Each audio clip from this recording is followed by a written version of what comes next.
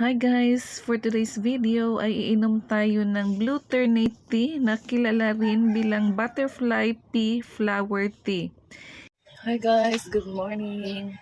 Nandito ako ngayon sa likuran ng aming bahay at mangunguha tayo ng bulaklak ng Blue Ternate. Ito siya. At gawin nating tea. Yan. Marami pa doon. Kukuha pa tayo.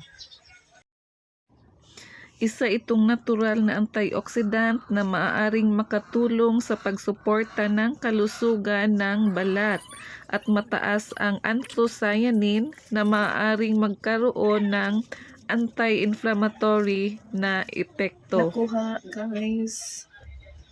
Pwede na to siya sa 1 cup of water. Alisin natin yung saffron. Nakapagpapababa din pala ito sa stress at nakapagpapaganda ng pagtulog natin. Alisin natin ito.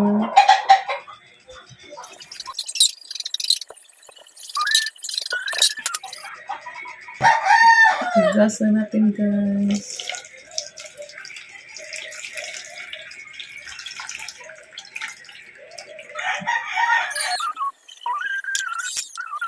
Yan, natin ng mainit na tubig.